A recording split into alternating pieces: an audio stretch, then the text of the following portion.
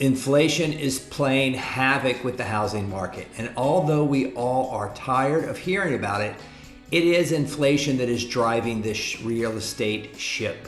However, not even the Fed can deny that inflation is fading fast, with the consumer price index dropping to 3% year over year in June, and the producer price index plunging to just 0.1% year over year in June. You see, the producer price index tends to lead the consumer price index by a few months. And as we can clearly see, producers are starting to benefit from a fall in material costs. And if they will just pass some of their margin gains on to the consumers via lower retail prices, it will help propel the consumer price index lower. Now, that being said, the Fed seems to always overdo everything. So they oversaturated the country with money in 2021 and 2022, and now they're going to oversqueeze the economy in the opposite direction. Reuters is reporting that it is a lock that the Fed will raise rates in July when they meet again on the 26th, and there is a high probability that they will raise rates at the September and November meetings.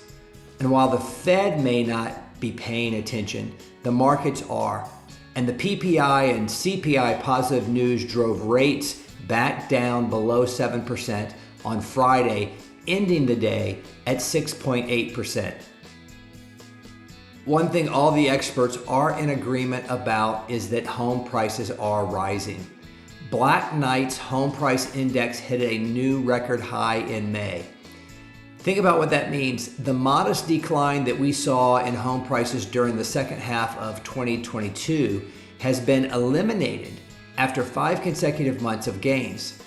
Similarly, CoreLogic's Home Price Insights saw home prices rise 0.9% month over month in May. That's the 4th straight month of gains, giving 2023 a 4.7% price gain. CoreLogic expects to see home prices rise another 4.5% over the next year. The FHFA, the Case-Shiller, and Zillow, they all release similar numbers. But what about the numbers in Vero Beach?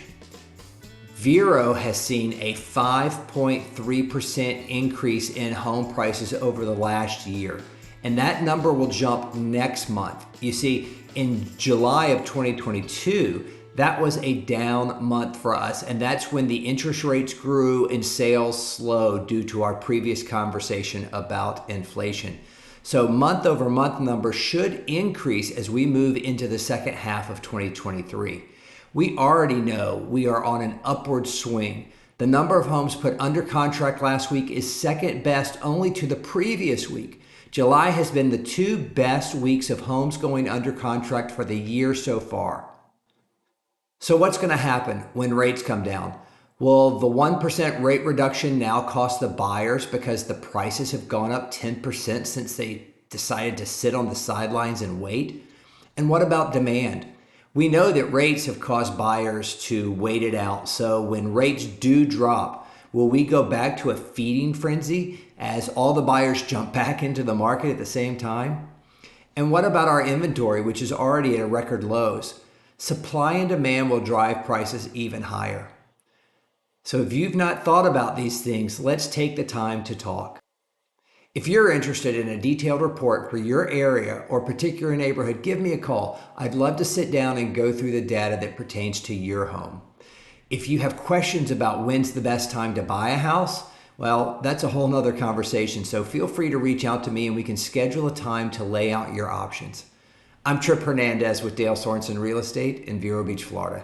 Thanks for watching and have a great week.